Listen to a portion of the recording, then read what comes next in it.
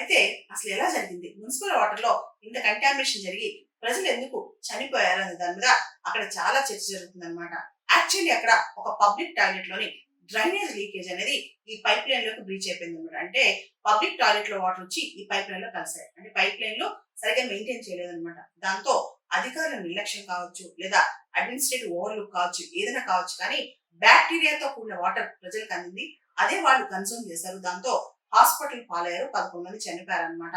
దీని తీవ్రమైన నెగ్లిజెన్స్ గా అక్కడ ప్రభుత్వం కూడా భావిస్తుంది. అంతేకాదు, నేషనల్ హ్యూమన్ రైట్స్ కమిషన్ వాళ్ళు, జాతీయ మానవ హక్కుల సంఘం వాళ్ళు ఈ కేసుని సుమోటోగా టేకప్ చేశారు.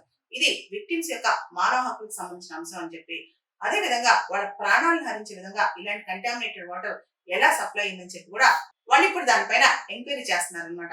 ఇలాంటి ట్రాజడీస్, మానవ తప్పిదాలు మనం ఖచ్చితంగా ప్రివెంట్ చేయొచ్చు. మనకు తెలుసు ఇండోర్ అనేది క్లీనెస్ట్ సిటీ అని చెప్పి, ఇండోర్ కి చాలా ఫండ్స్ కూడా వస్తాయి ఇన్ఫ్రాస్ట్రక్చర్ సంబంధించి. అమృత్ 2.0 మిషన్ లో కూడా ఇండోర్ కి వాటర్ ఇన్ఫ్రాస్ట్రక్చర్ ప్రాజెక్ట్ సంబంధించి చాలా ఫండ్స్ వచ్చాయంట. అయినా కానీ టెండర్స్ ఓపెన్ చేయడంలో, దానికి సంబంధించి రిపేర్స్ నిర్వహించడంలో చాలా నిర్లక్ష్యం చూపించారని చెప్పి కూడా అక్కడ అంటున్నారు. ఏది ఏమైనప్పటికీ ప్రజలకు ప్రాణాలు పోయేందుకంటే ఎవరైతే మనం నమ్ముకుంటామో, మన ప్రభుత్వాలు మనం కాపాడుతాయి అంటే సామాన్యులు తాగే మున్సిపల్ వాటర్ కూడా కలుషితం అయితే వాళ్ళు ఎవరికి చెప్పుకోవాలి, ఎక్కడికి చెప్పుకోవాలి, దీనికి ఎవరు సమాధానం చెప్పుకోవాలి, పోయిన ప్రాణాలు ఎవరు తిరిగి తీసుకురావాలి?